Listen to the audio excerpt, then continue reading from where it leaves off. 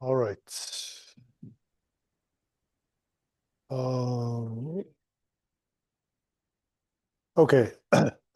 So, yeah, welcome back for week 2. Today is January 12th. And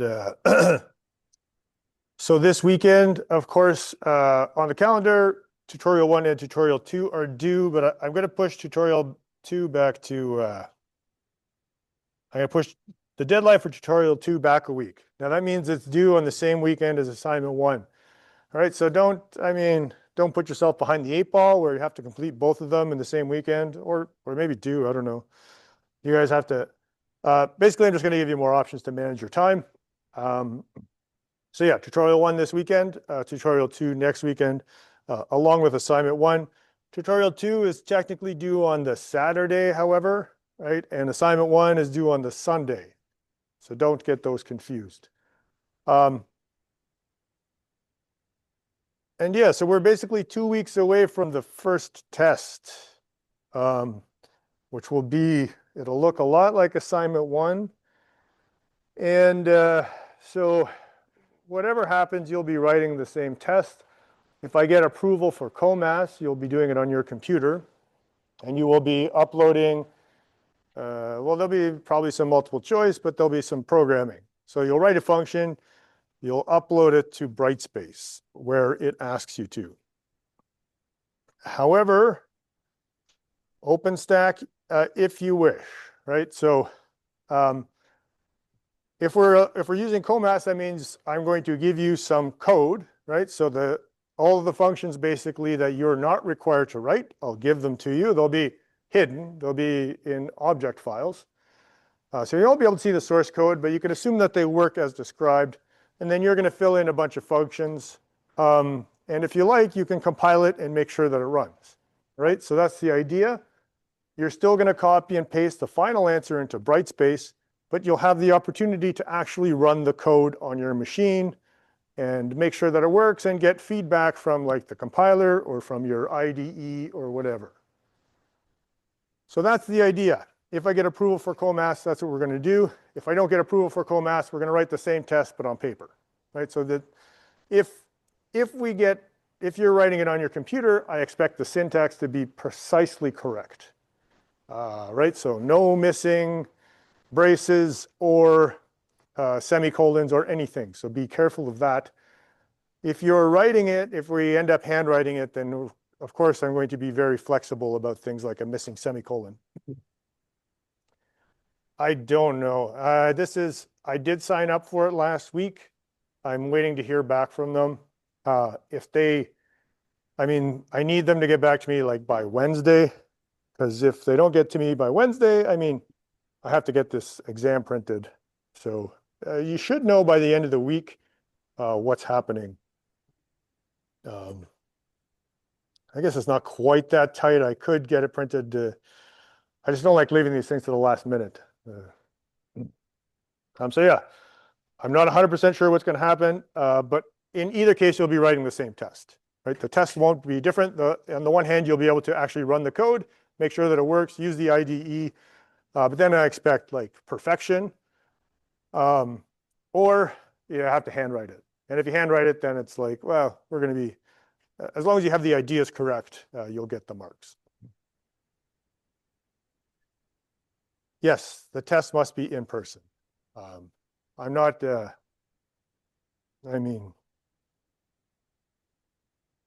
COMAS is not, although you can't have remote proctoring, it has no teeth. I asked them, I said, well, what happens if you suspect there's cheating? And they said, well, I don't know, you can't really do anything. It's like, okay, because I'm not there, I can't prove it. Right? So if you have your phone right here and you keep looking, I'm like, I suspect you're cheating, but I can't prove it. So it's better for in-person exams, I think. Yeah, no remote. All right, other questions? Again, so hopefully next class we'll have more information for you. If not, if I don't hear from them, I guess by the end of this week, let's say, we'll probably go ahead with paper. All right. Last class.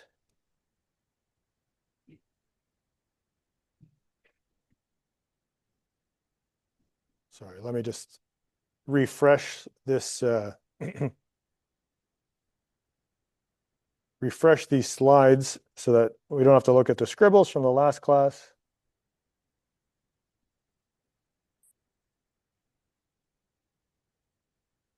So last class, we were talking about basic language features. Again, this is sort of review, but I don't know, maybe of increasing importance, these sorts of fundamentals. Like I was telling the other class, like when you guys graduate, you are almost certainly going to be programming with large language models. Like there is no doubt in my mind. But so what that means is that there's certain things that you learn by handwriting code that you're not going to be able to learn, or at least not the traditional way. So I think we're going to emphasize, or at least my idea is to emphasize a lot more of the fundamentals, because what you need is a correct model of computation in your head so that when you see code, you can understand what it does. As opposed to, you know, back in the day, you would write code and then run it, and then it doesn't work, and then you bang your head off a wall for 2 hours. But in the meantime, you are actually, you know, correcting your version of what you think a computer does to the correct version, and then you become a better programmer.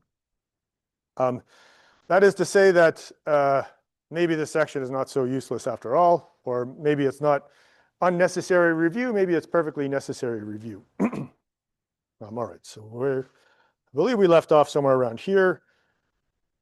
So one of the features of C++ is that we can decide how we want to declare a variable, right? So we have a choice between the stack and the heap. And it's very important to know what those two things are and what the consequences of using one over the other are. All right, so all throughout the semester, we're going to talk about it. We're going to come back to this idea of the stack and the heap over and over again. For now, this is how we declare it. Statically allocate, that just means within the context. But let's just simplify it. Let's say these are local variables in a function call. So in this case, statically allocated means on the stack.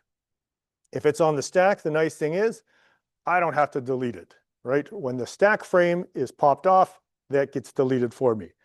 So statically allocating everything is memory safe, all right? That means you are, at least in the sense that there will be no memory leaks.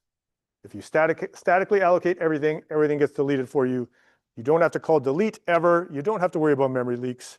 So that assignment 1, you shouldn't have any memory leaks. You can still do bad things with memory, like read off the end of an array or something like that, but memory leaks should not be a problem. On the other hand, if you see the word new, that is a dynamically allocated, and that means that is on the heap. And when it's on the heap, it returns a pointer, right? It doesn't return the actual int itself, it returns an address of that int. So the heap is nice because these don't get destroyed until I want them to, but I do have to remember to delete them. All right. So classes and structs. In C++, these are the same thing. Right? They're exactly the same, except for the access modifiers. By default, a struct, everything inside the struct is public by default. Everything inside a class is private by default. So we are primarily going to use classes. And it's so, given this, you can actually, anywhere you want to use a struct, you could use a class instead if you like. Just change the access modifiers. And anywhere you want to use a class, you can use a struct. But generally speaking, we use a class where we want things to be private, and a struct if we don't really care about privacy, we just want a bunch of data items smashed together, let's say. So classes, at least in what we're learning in this class, are closer to the underlying philosophy, which is the principle of least privilege, where I do not make anything public unless I absolutely have to. Operators, so arithmetic operators.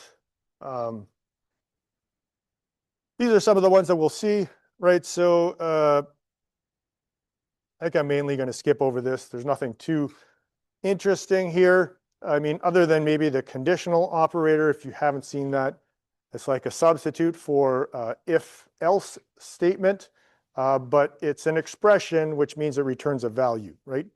If-else, you'll have some blocks that might execute some code, but those blocks don't necessarily return a value, but this does. We can very quickly, I guess, look at that.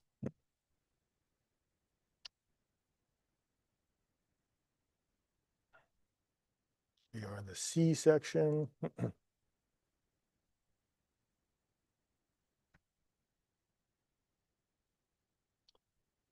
Right, so I don't want to get hung up on this, but of course, remember order of operations. So that means that if you execute this, this will get executed first. So 2 times x, so that'll be 8.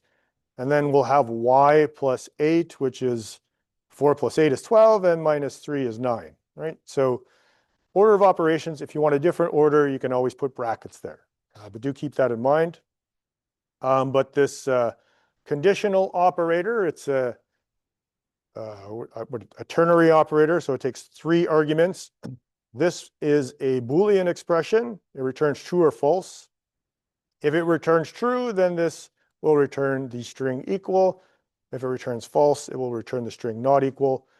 So in this case, these are functionally equivalent statements, except that this is comparing x and y, and this is comparing y and z. But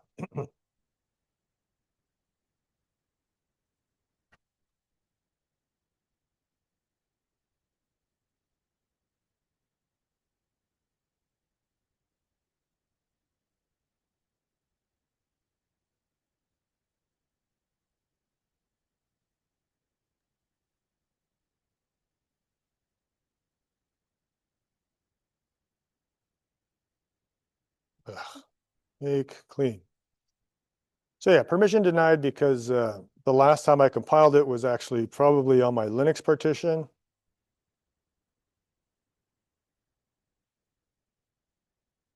It's not something wrong with my make file. All right.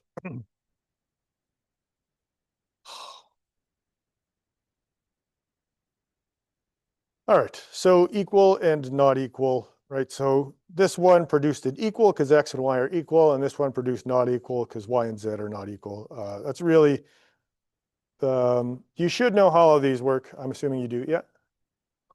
So on the top of operators, since the 2 triangles are like putting into stream, what are the bit shift operators?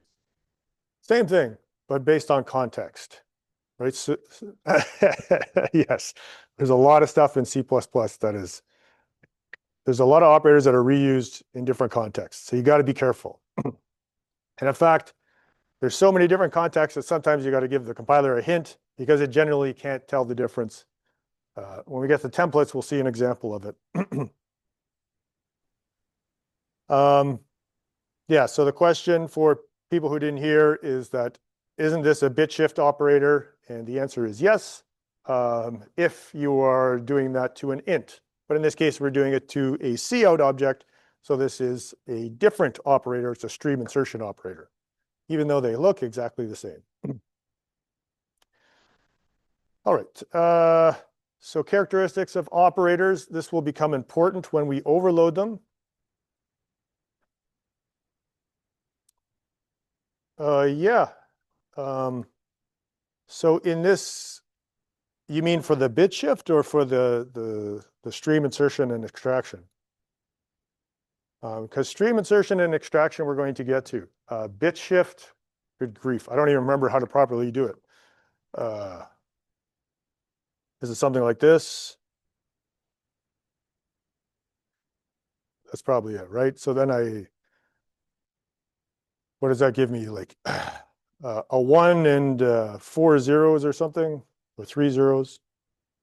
String insertion and extraction. Okay, we're going to get to that actually shortly. So we'll come back to that. So the arity of an operator, so that's the number of arguments. Unary, binary, ternary. So the ternary, this is the only one I could think of off the top of my head. Yeah, okay, yes. So that's what, that is the result of that bit shift operation I just did. So that would be something like 32, I believe, in decimal. Anyway, that is more of a 2401 subject. Unary operator would be something like this, x plus plus. So the plus plus is an operator and x is the operand, right? So we have one argument that's a unary operator, and binary would be like plus, x plus y. The plus is an operator that takes two arguments. Precedence is the order in which operators execute, right? So we saw bed mass, multiplication gets executed first. Associativity is I have the same operators chained together. What order do they execute in, right? So for example, this would execute left to right. So I would first solve A divided by B, and then the result of that would be divided by C, and then the result of that would be divided by D. So if I change the order of A, B, C, and D, then it's going to change the outcome, I believe. Here, they're actually going the opposite order, right? So this would get executed first. So the value in D would be assigned to C, and then I would return C, and that would get assigned to B, and then I'll return B, and that would get assigned to A. So left to right associativity versus right to left associativity. Prefix and postfix operators. We're going to see that prefix is slightly higher. We're actually going to write a prefix operator and a postfix operator for our own classes much later. Putting data and operators together gives us expressions, right? So in a language, an expression is something that evaluates to a value. That can mean a lot of different things, right? So this, a mathematical expression is an expression, it resolves to a value. I can also use math with variables. That's also an expression, it resolves to a value. I can use the return value of a function. A function that returns something is also an expression, and I can combine expressions with other expressions using operators to return values. And so expressions can be embedded into statements. Incidentally, this is all, if you ever write your own compiler, you really have to understand all this stuff, right? So I did not a compiler per se, but I had something that translated a very simple robot programming language into Java. And so I had to learn all of this stuff, and yeah, it really fits together nicely. So expressions can be embedded into statements. Expressions can also be statements. So this is a statement and an expression, right? So as a statement, it assigns 8 to the variable v. As an expression, it also returns v, but then it doesn't get used. Get value, presumably this would return something, but in this case, it's discarded, right? I don't use the return value anywhere. So this is a valid statement, but not a particularly useful one. Set value, this is a statement, and if it's void, probably we would not necessarily define it as an expression, although depending on who you ask, a void could possibly be an expression, depending on what language you're using also.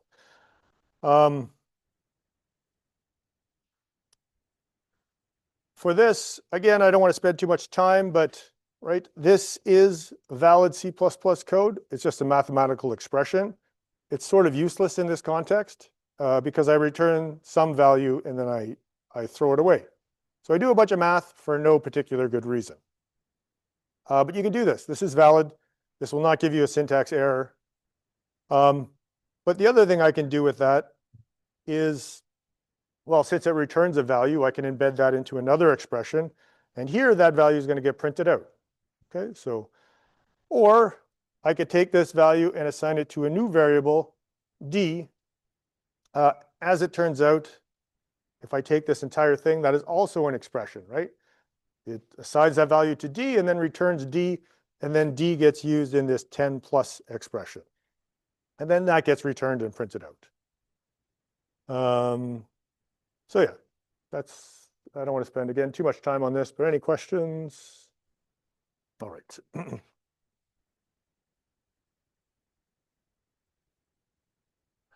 Control flow. So we've seen a little bit of assembly language. And in assembly, the control flow is basically jump, right? Now there are sort of function calls that return, but really these are implemented using jump commands, right? And so when we first made programming languages, we had, that were sort of higher level. We had a go-to statement. So basically, if you wrote BASIC on a Commodore 64, each line would have a number. And then if I wanted to execute some code at line 100, I would put go to 100. This is pretty standard, and it mapped really well to assembly language. But as it turns out, somebody at some point proved using grammars or whatever that these control flow statements are equivalent to any go-to, right? So anything you can write with a go-to, you can just use these and blocks and function calls, right? So if else, so if something is true, I execute one block of code, else I execute this other block of code. Switch statement is similar, but many blocks. And then if I want to repeat, I have do while, and for loops. And they're technically, well, these aren't really jump. You can do labeling and go-to statements in C++, but it's generally frowned upon. How do statements control the flow of program blocks? In C++, right, we have them for functions. We have blocks for if statements and for loops. You can also put blocks for no reason at all. Each block has its own context, which means it can have its own local variables, which means we have things like naming collisions that we have to watch out for. For example, let's say this is a function main.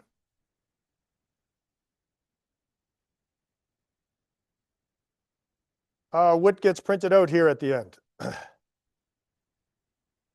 So by that, I mean, what does this line print out? Which value?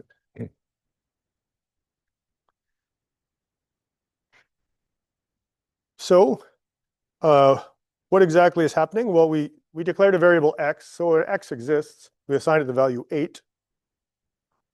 In here, we did something a little weird, though. Right? Again, this is a block. It has its own context. So we declare a variable x inside this block. Yes, 8. That is correct. So we declare a variable x inside this block. Now, every time I execute this for loop, I hit the open brace. That's a new block. I have some code, maybe some local variables, and then I have the closing brace. When I step outside this closing brace, this local variable gets destroyed, right? The x, not the I. So once I declared it in the scope of this block. Once I exit that scope, it gets destroyed, which means this x is actually referring to this x up here. This is simply a temporary variable that gets assigned the value and then destroyed right away. So that gives us something called scope and shadowing, which we do have to be careful of. Let's see an example. So this is very similar to what we just saw.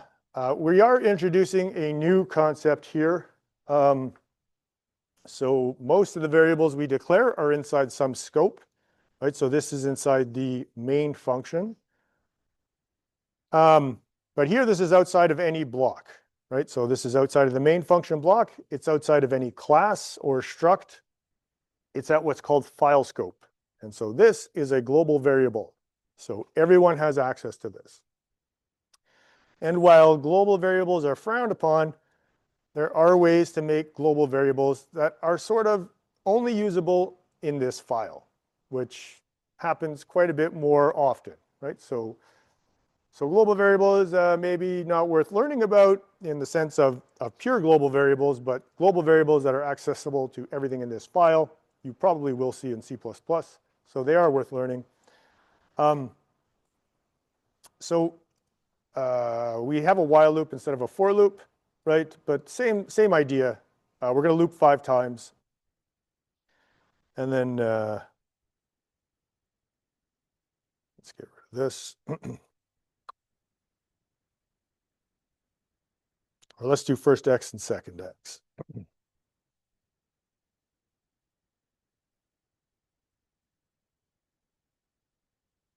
All right, so first x is 8, second x is 8. As we saw here, or as we talked about, this is scoped to this internal block.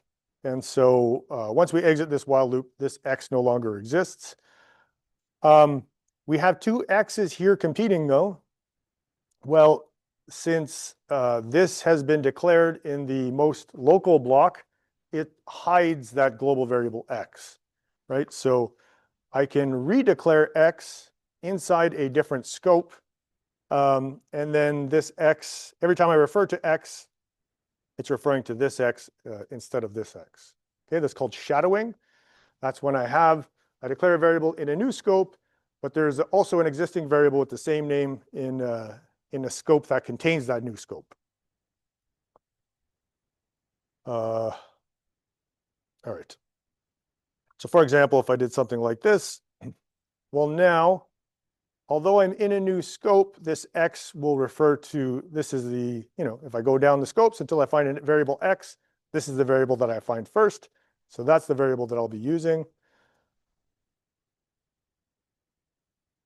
And so now second x is 5 because this loops until I is equal to 5, at which point we exit and then we print out 5. All right, so that's important in C++, and it's, namespaces is one way that we resolve this. However, global variables are something special.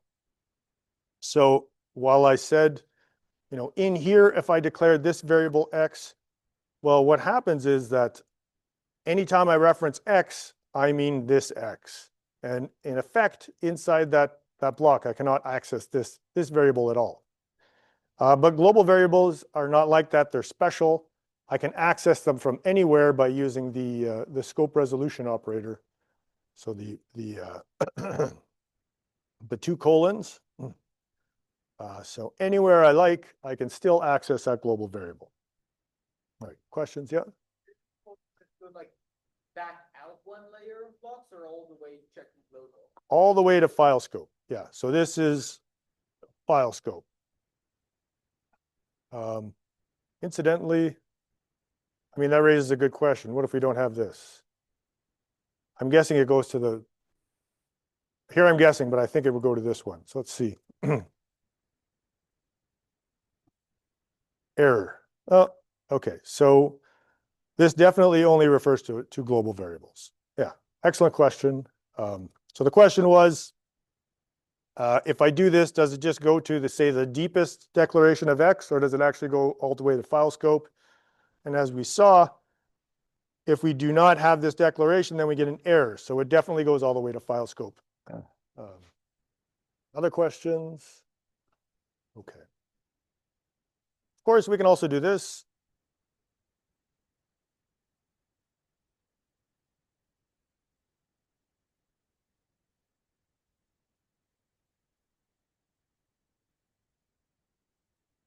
Right? I can introduce a new scope for no reason whatsoever.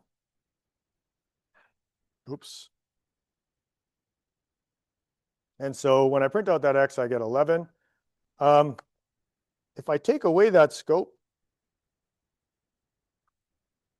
well, of course, now I've already declared an x in this scope, so I get an error. All right? So I'm allowed to shadow variables, but I cannot redeclare them in the same scope.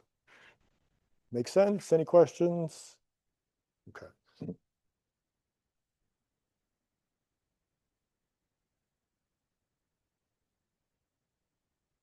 So yeah, it says here we will learn how to use global variables, but we should never, I mean, there used to be these nevers like all the way through my notes. But then you look at like real C++ code and you realize that people break these rules all the time. So never, seldom, maybe not even seldom, maybe like be careful, right? and know what you're getting into if you use a global variable. So that brings us to standard input-output streams. So when we want to read and write, they want to write to the console and read from the keyboard. We use the input-output stream library. Cout is a member of the output stream class. It is linked to the standard output, but you could change that, right? On assignment 1, there's the tester class. And in the tester class, I redirect cout into a string stream, which means that every time you print something, I collect it into string and then I analyze that later, right? That's how the tests basically work. So you can do fancy stuff with it, but by default, it points to the standard output, which is the console. If you change it to point to something else, it does not change what the standard output is. You can still use printf to print to the screen, for example. There's also input streams. So cin will read in from the keyboard in this case, but in general, these streams can be lots of different things, like a file, for instance. We will see that later.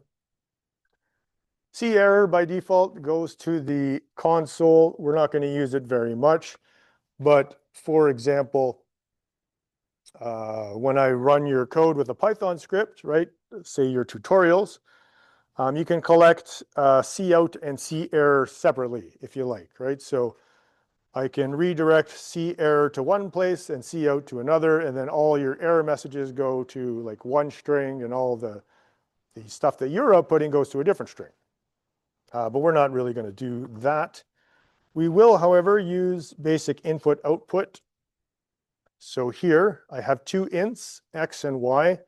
I ask the user to enter two numbers, and then I'm going to use standard input, the stream extraction operator, which is just the opposite of the insertion operator. And I'm going to read that into x and y. Now, this is what's called formatted input, because I'm going to type something in, and it's going to convert that to an int, or try to. And if it can't, it's going to throw an error flag. We'll get into that a little bit later, but suffice it to say, you can pretty easily break an application by just putting in the wrong stuff here, putting in a character instead of an int. See out.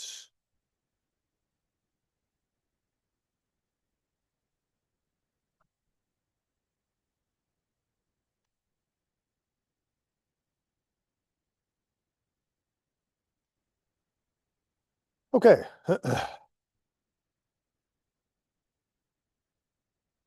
Right.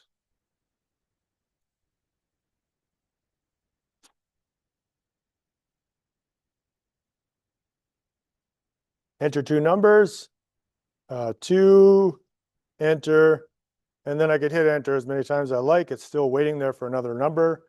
And then I hit 5 and it takes it. So yeah, just some of the peculiarities about this input. I can also do this 1 and 4, or 1 and 34, let's say. So I can put them both on the same line. So the white space acts as a delimiter. I think if I did something like this, I entered 1 and 0.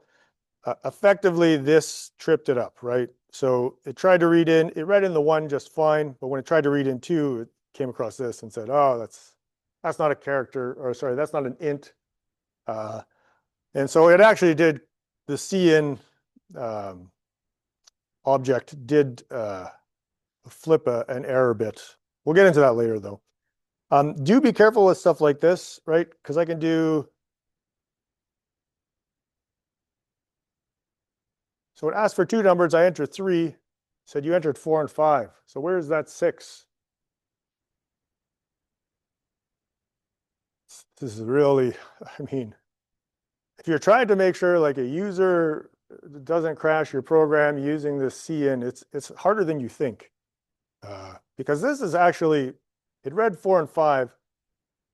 6 is still on the input buffer, along with a new line character, which means that the next time I try to read cin, it's going to read it So for example, oops.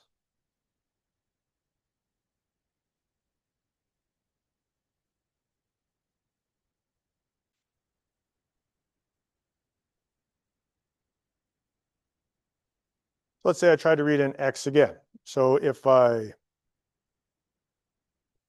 enter two numbers, 4 and 5, it says you entered 4 and 5, and then it sits there waiting again. So it's waiting for my third number. I didn't put like a prompt, but I put 9, it says you entered 9. Fantastic. That's what I would expect to happen. But if I do something like this, 3, 4, and 5, it's just going to plow through that second C in, right? So if you have stuff waiting on the buffer, you got to be careful. It can mess up the flow of your program. But yeah, questions? Input buffers are like, I swear to God, so hard to make sure that nobody messes them up. Harder than you would expect, at least, I guess. Maybe not super difficult, but certainly they cause more problems than they should. How do you flush the input buffer? That's a good question. And it's not actually as easy as you would think. I believe it's cin. So you could ignore, you could do this and ignore a single character. I actually forget, but there's a function you can call, and then you pass it. So I can say, this may or may not be right. So I could say like ignore the next 5 bytes, for example. This might not be right, it might be a different function. But then there's a constant that is like basically max. And this is as big as your buffer can possibly be. So if you put in this constant, like it's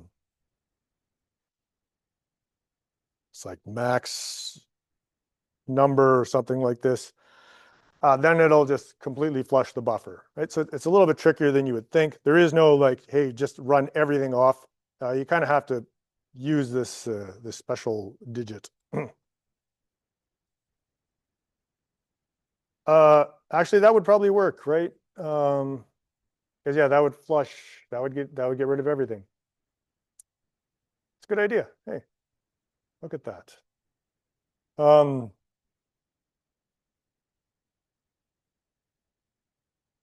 yeah. Why are we using the double colons? Oh, here?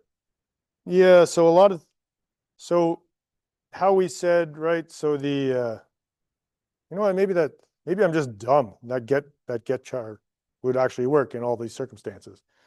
So that could be on me. But yeah, this is the scope resolution operator. So we scoped in the standard namespace, but if I didn't, then I would have to write this like this. And there are a lot of other things that are like, well, OStream might have this a constant defined. And so I want to say, like, grab me that special constant from this OStream library.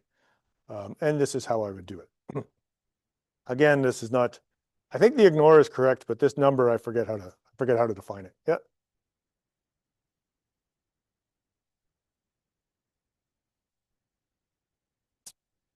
Pretty easily, actually.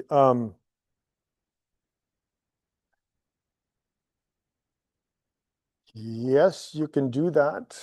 Yeah, you can put it in a namespace, right? So that's,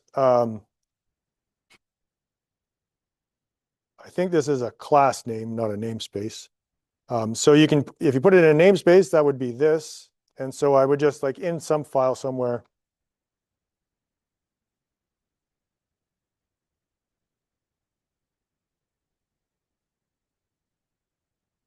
I could put, right, I could define this variable X, and then I can just say, so I could do stuff like that.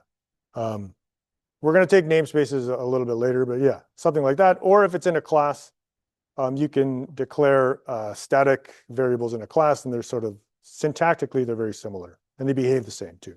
Yeah, we will actually look at stuff, more stuff like this shortly. Questions? Oh my God, one day my voice will heal.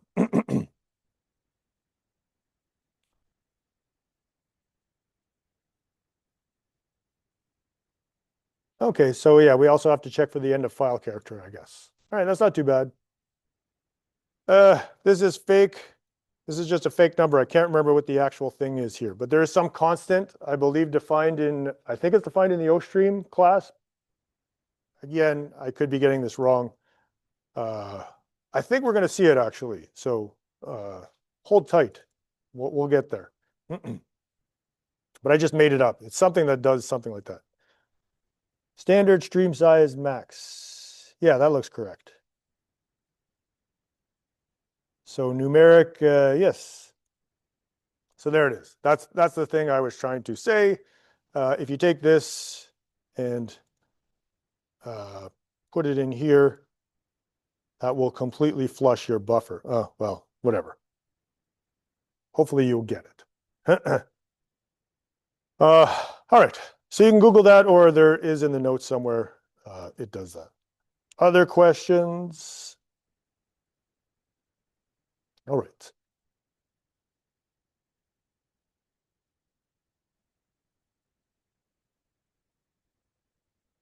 Functions. So in C++, we have two types of functions, not that different from, say, Python or JavaScript. We have global functions that belong to everyone. So just a function sitting there in your file somewhere. We also have classes, and we have functions that are members of those classes, right? So member functions. So C exclusively uses global functions, right? There's no member functions in C. Structs are just pieces of data. Functions are functions. And everybody knows their role, but in C++, we sort of mix that up. In Java, so Java exclusively uses member functions. Every function that you write is a member of a class. But functionally, right, if I wanted a global function in Java, Java has a lot of, say, the collection library. If you take 2402, it's a set of static functions, right? That means there's no state. There's just a class that provides a bunch of functions for you. So they have global functions. You just have to define them differently. The thing that's different in C++ with functions is, yes. Well, the function declaration and the function definition are usually separated. So function declaration, well, we saw an example of that. We could tell the compiler, hey, there's a function called foo. This is what it looks like. Now you can use this definition to verify that I used it correctly. So we usually keep that separate from the implementations for reasons that hopefully will make more sense as we go. The function implementation is the body, the code that executes it. And yeah, skip some of this. Good function design, try and keep it simple and single purpose. Encapsulation is going to be a big sort of buzzword as we go on. We want to keep things as private as possible. We want to hide implementation details whenever possible. So the one thing that we're going to play with a little bit is return parameters.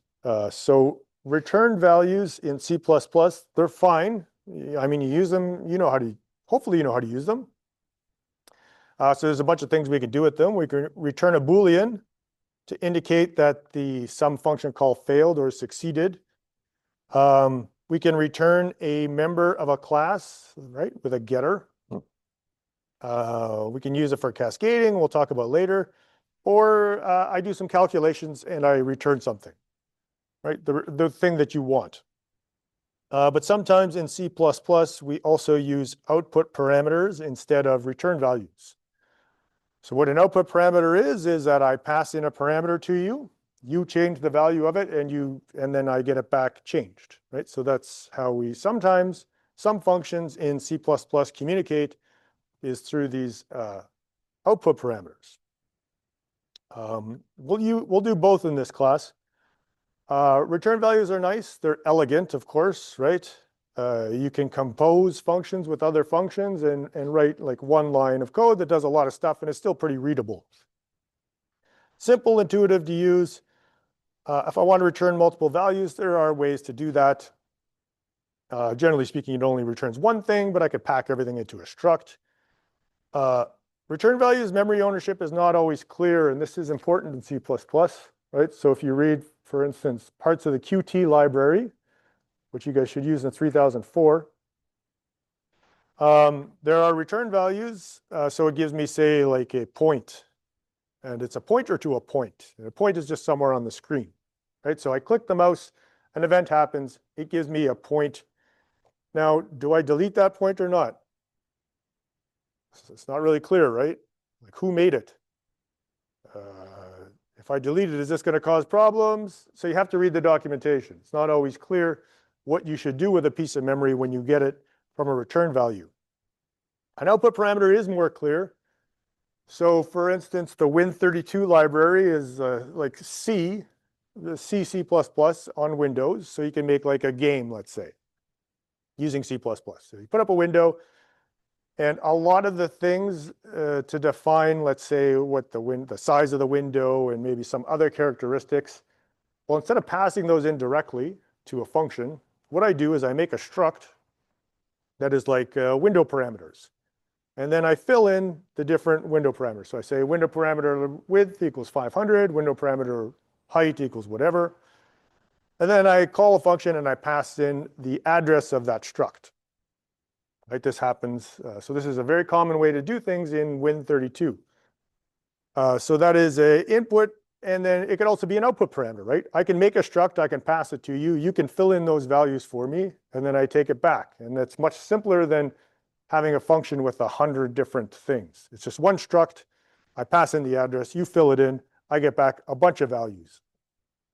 So those are output parameters, right? And the nice thing about output parameters, memory ownership is generally clear. I made a struct and I handed it to you, you filled it in and handed it back. Well, it's still my struct, so I know I'm the one who has to delete it.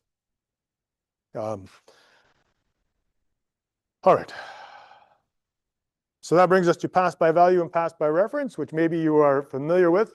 In general, when I pass in a parameter to a function, it's passed by value, which means that I make a new variable, I copy the value of the old variable, and I use that in my function. But if we want to use a output parameter, we want to pass by reference. In C, you would do this with pointers. But in C++, there's another way to do it, is with references. So references, as we will see, you can think of them as pointers, but they look like variables. All right, so, but behind the scenes, when the compiler looks at it, the compiler sees a pointer. So let's see. So here I've defined two different functions that I'm going to call from the main function. So I want to get some input from the user, and I want to double that value. So you can see here there's a little, whoops. There's a little comment. So the first int is an input parameter. The second int is an output parameter. And you can see the little ampersand. And that means I want to pass by reference. Okay, so let's look at, so passing by reference is essentially I'm passing the memory address instead of the variable itself. But the syntax, it looks like a variable. So let's first look at this check num. So I define our two variables, num and result. Result is what I want to put the result in, and num is what I want to grab the input from. So I grab an input from the user, and then I check to make sure that that number is valid. To do that, I pass that by value. So check num makes a new int. We call it n. We copy the value into n, and then I can check to make sure it's in the correct range. That's very typical. Pass by value. For the double num function, well, I take this num once it's okay, and I want to double it, and I want to store the resulting value in result. So to do that, this I can pass by value. It's just going to take that value, copy it in. But this I'm passing essentially by pointer. But I'm hiding the fact that, you know, the syntax is going to still be that of a variable. So that means pass in the variable result itself. in double num result is renamed to res. I take res, I assign it 2 times n. This we don't have to do anything with. That's just old code. I assign that value to res, and then when I print out result, that value gets reflected there. Okay, so let's try that. Yep. If it was you're using the reference for like I guess a class or a struct or whatever, would you be using for dereference, would you use a dot or an arrow? A dot, yeah. So that's a good question. So behind the scenes, this is a pointer with a caveat, right? Like it doesn't behave exactly like a pointer. For us, in terms of the syntax, this behaves exactly like a variable. That means I don't have to dereference it here. I just assign it a value. It means if this was an object and I want to access a member, I use the dot operator, as we will see later, as opposed to the arrow. We'll get to that later, but yeah, that was the question.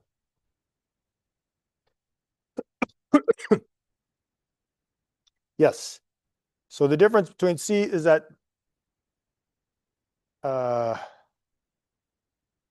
implicitly dereferences in the function. Exactly. Right. That's a good way to put it. There is an implicit dereference going on here. So the syntax looks all nice. I could treat it like a variable but behind the scenes, this is just an address, and the compiler is doing an implicit dereference. That is actually an excellent way to put it. Yes. There was one other question.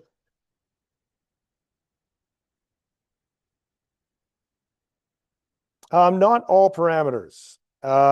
So generally speaking, the rule of thumb is that if it's an output parameter, obviously you want it by reference. But these are primitives. So if we think about what the size of a memory address is, it's about, like on a 64-bit machine, it's like 8 bytes, right? It's not actually exactly 8 bytes. I think it's, well, it is 8 bytes, but they only use like 54 bits or something.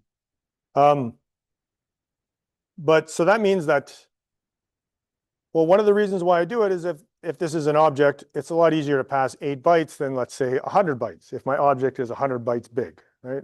So passing by reference will save you time when I make a function call. Thing about an int is by default, it's 32 bits, right? So if I make a copy of an int, that's not a big deal. It's no more expensive than making a copy of a memory address. So the rule of thumb is that primitives you could pass by value if they're only input parameters.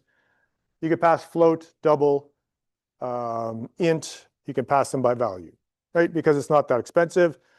If it's an output parameter or an object, you should pass it by reference. That's the kind of the rule. Let's verify this works.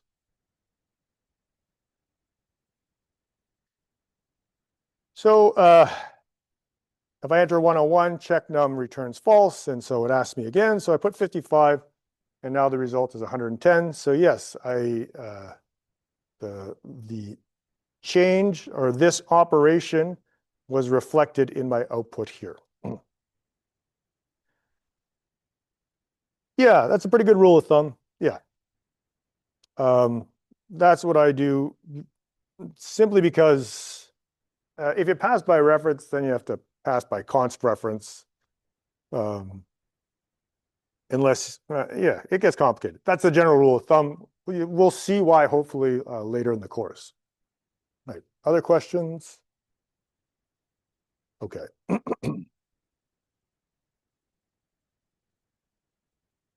All right. Well, so just a sort of review of what we did here. Let's say this is the function call stack. I start by running main function. The main function allocates these two variables. N1 is 10, N2 is 8. Those are on the function call stack. And then I call this sum math function.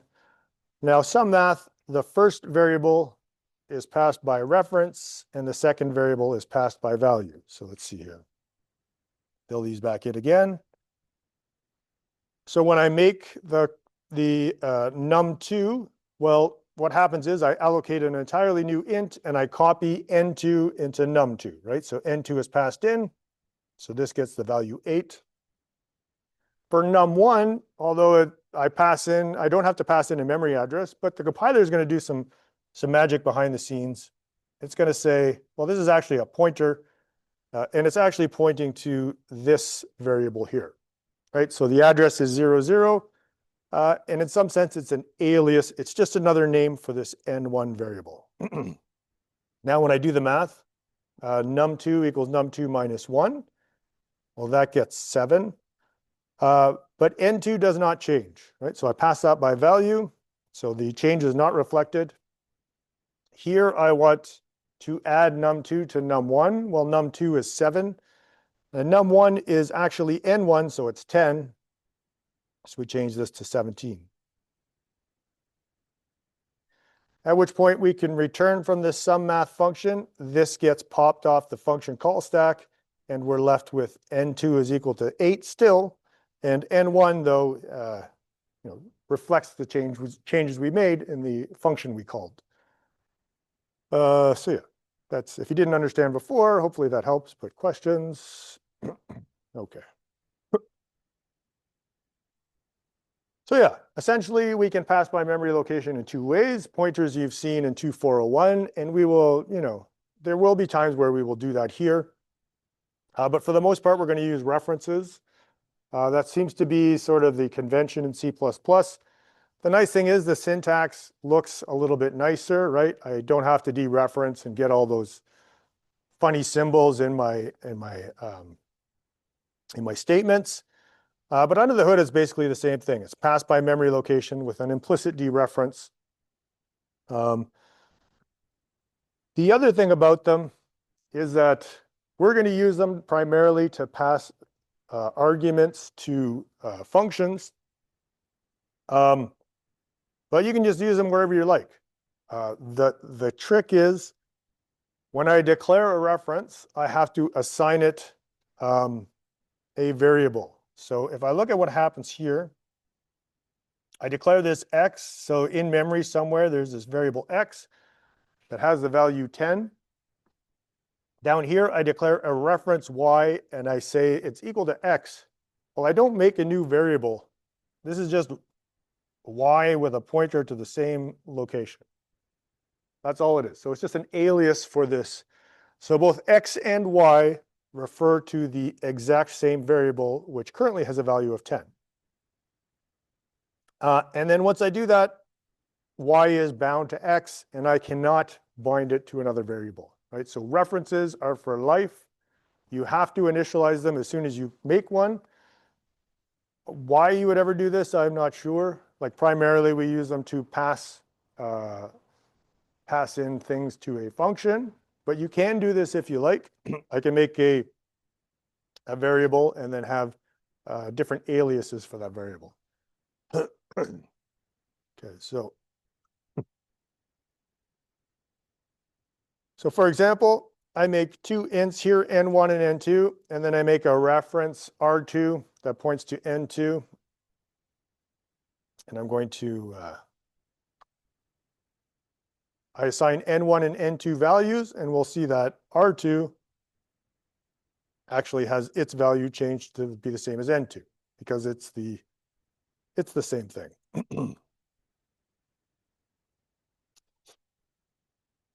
All right, so n1 is changed to 7, n2 is changed to 99, and of course, when we print out r2, well, it's the same as n2, so it also changes to 99. And if I do something like this, the compiler is a little slow today, so let's try and compile it. I get an error. So error, R2 declared as reference, but not initialized. So as soon as I declare a reference, I have to give it something to reference. In this case, a variable to reference. And of course, if I do R2 equals 10, well, that's going to change N2 as well because they are the same variable.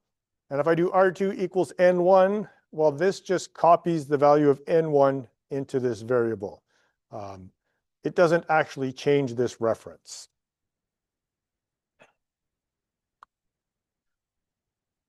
So yeah, when I changed R2 to 10, N2 and R2 both now print out 10.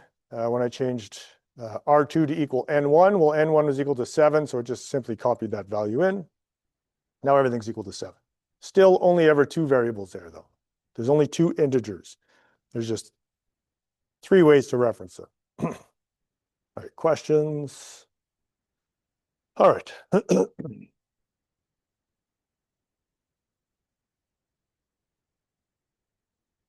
That, I believe, takes us far enough.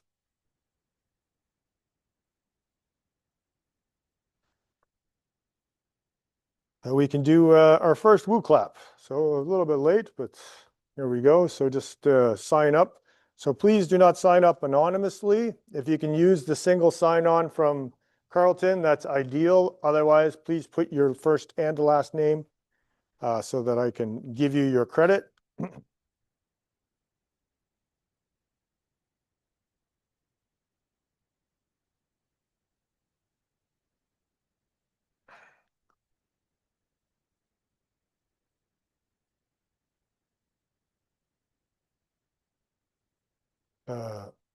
Are you asking for the link? I believe it's just wooclap.com and then this event code.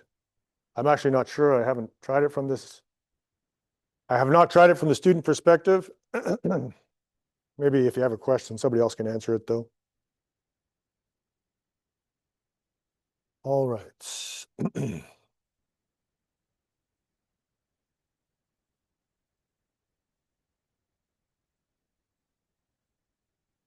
All right, again, correct answers don't matter, participation does. So if you get it wrong, that's not a big deal. Just try and think.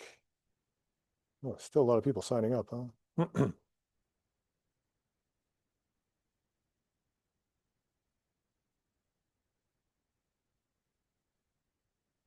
All right, I think we're pretty good. So start off easy. What is an object file? I believe this is just type in an answer and it's going to give us a word cloud.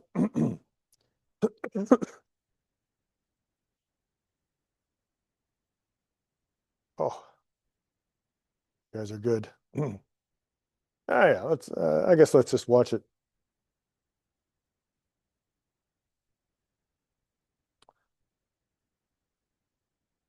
So yeah, again, there's not really if it was multiple choice, there'd be one answer that was way more correct, but here we got a lot of basically correct answers. Machine code is a good one because when we compile it, it is composed of machine code. It's not executable at this point, right? It might be incomplete, or it might need to have its executable bit flipped, but somebody put Fortnite. All right. Somebody put their student number. Excellent. Assembly code. Yeah, that's pretty close. Machine code, assembly code, we'll accept that. Incomplete code, that's also, yeah. All right, so lots of good stuff there. That's good.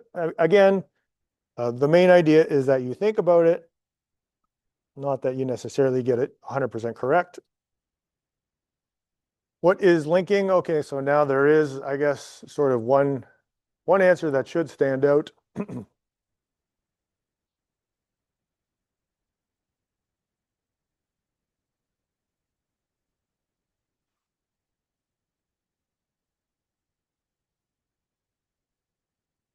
So, oops, where is, oh, there, right here.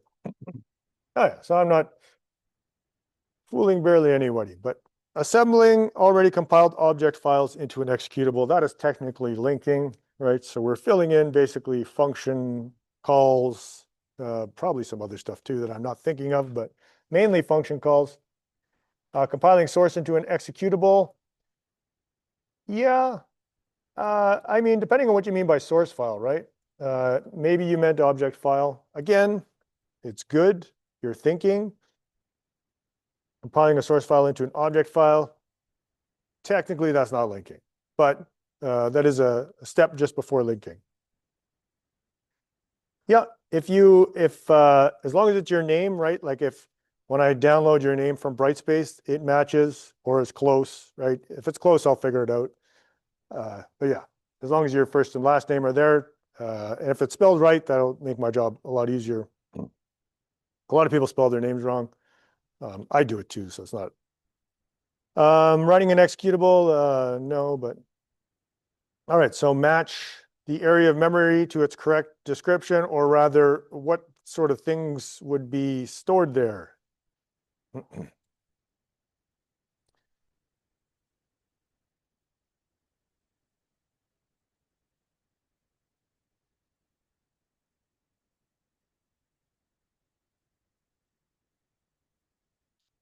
200 people, oh my goodness.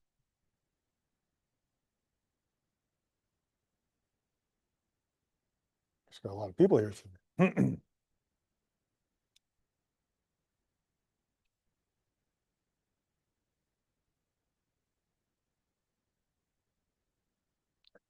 So I'm guessing most of you will get this right. Let's take a look.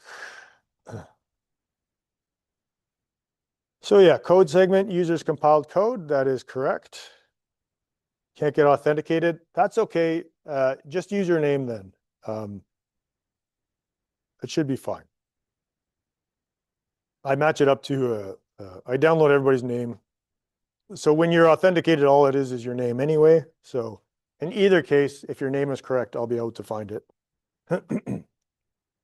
Use compiled code, function call stack, local variables of a function, memory address to return to when complete. That's correct. Data segment, global variables and string literals. Literary, I should spell that right, but yes. The heap, memory return from a system call, also correct. Yes. So that's, yeah, so the top four are correct. The rest, I mean, again, it's good that you're thinking and good that we perhaps discovered something. What is the result of this expression?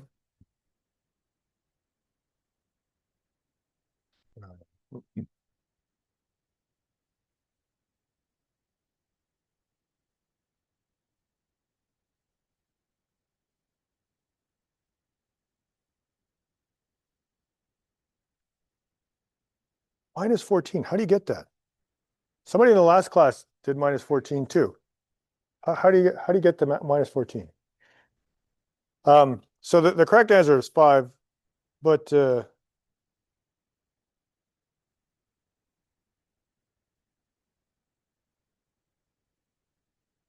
minus 3 is minus 1, and then that would be, so this would be minus 12, 2 plus minus 12. Am I missing something? I don't know. Anyway, it's not a big deal. I just, multiple people have answered minus 14, and I was curious how we got there. But 5 is correct, right? This, I'm not sure if this, or this is executed first, but regardless, this will resolve to 6. And then 2 plus 6 is 8, minus 3 is 5. So 5 is the correct answer.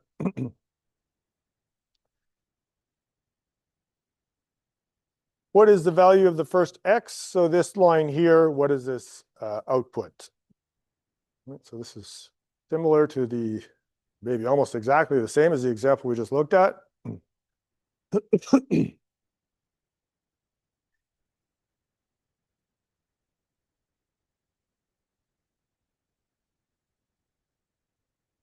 Yeah, I don't think it should be too difficult.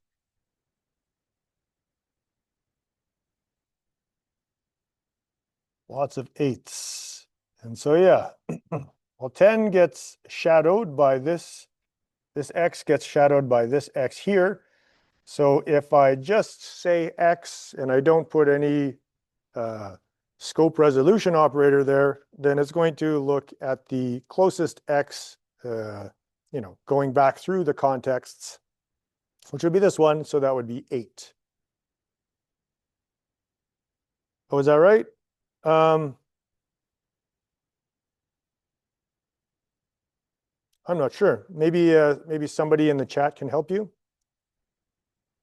If not, just send me an email. This is like also if you happen to participate and you accidentally forget to put in your name or whatever, it's fine. This is sort of a high trust exercise, right? So just let me know. Unless that gets abused, and then I have to, just. But generally speaking, if you're there for most and you're like, no, but I was there for all, I just forgot to put in my name. But if you're there for none and you tell me you're there for all of them, well, probably not, right? So if you run into minor issues, don't worry. That will not make or break you. So a lot of 8s, yes. So it is this one. What is the value of the second x? No. Any woo clap is fine. They all get combined in the end. So yes, if you're here from section B, because you slept in a little bit or whatever, that's fine. Don't worry about it.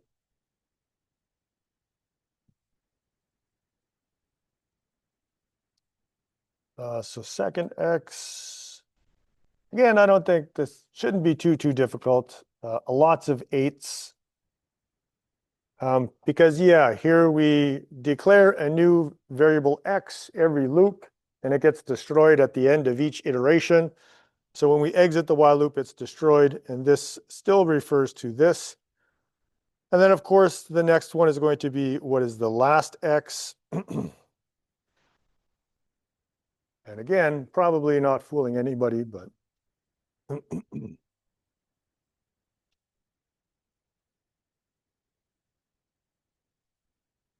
next year, I am teaching, I believe, every section of 3804 next year. Yeah, office hours start this week. Technically, there are no office hours, right? It's all tutorials.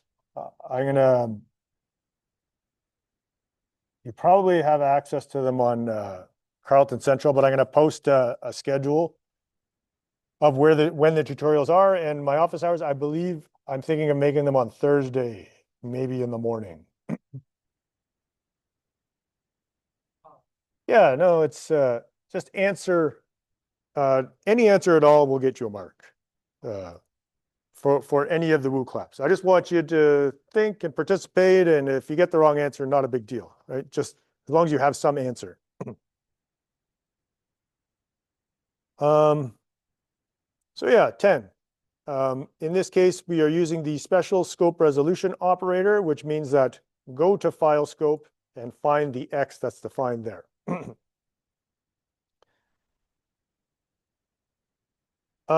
Yes. Yep.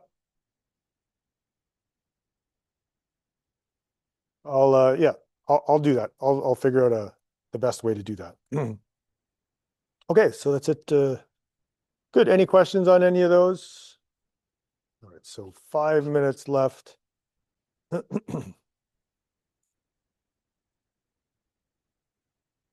going to blaze through this because, well, basically anywhere you work is going to have their own coding conventions. And so we have our own coding conventions here, which means it's just we all commonly do the same thing, use the same sort of syntax, follow the same rules, so that I can read your code basically, right? So if I see you did something special. Now, a lot of these conventions are falling out of flavor, one because of syntax highlighting, right? So it used to be I would, if I use a capital letter, that meant a class, so I can identify a class. Now you can see it has the color, whatever. The other thing is that large language models, if you're using a large language model, you're automatically going to get code that is doing the correct conventions, right? So it's going to generate code for you, and it's going to do it according to whatever rules of whatever company you're working at. So a lot of this is maybe falling out of flavor a little bit, but the idea is we're all going to be on the same page. If I see something in all caps, I expect to see a constant, right? That's useful. So for example, all our constants should be all uppercase. If I want to separate, if I think it makes it more readable, I can use an underscore. Variables should begin with a lowercase letter. Use camel case or underscores for multiple words. Name should be self-documenting without being overly long, right? Although self-documenting, I think, is better than trying to keep it short. But you can always use context. If I have a student ID, I can just call it ID if it's in the student class.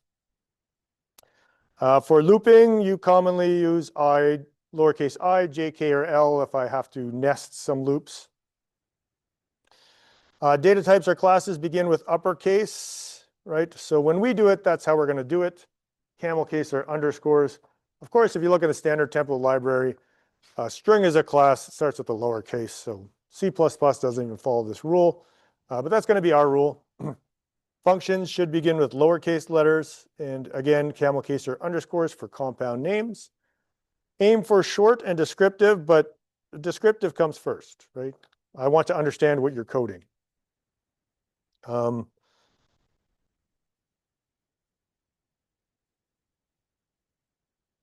Yes.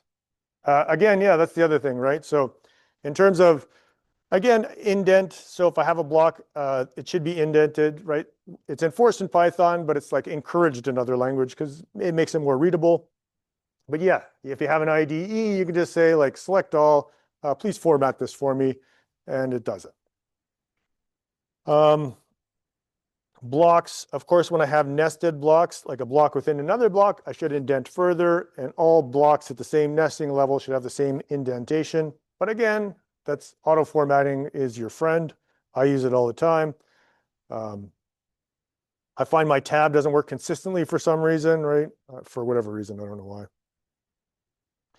why. Brace styles, these are basically the three ones you might choose from. I like this, but if I'm like getting code that's partially generated, sometimes you see stuff like that. How much should you indent? Just be consistent, right? That's all that we're really concerned about. Comments, I'm not going to be big on comments in this class, right? So the specification is your document. And so if you're like making a function that I told you to make, you're basically copying the words from my specification to that function to explain it. Don't bother. We don't need that. We already have the document. I do find the less comments, the better. That's my personal opinion, right? Less is more. Brevity is the soul of wit. If you see a lot of comments, that sort of interferes, it muddies up the code. I want to read the code. And if you have a big block of comments to explain a piece of code, maybe you should rewrite that code, right? Maybe it's not well written.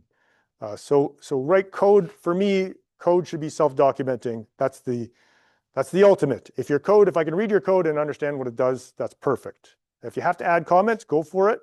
Remember, it's communication. So you are communicating with myself and the TA, right? So if you're writing code that you think might be confusing, add a comment.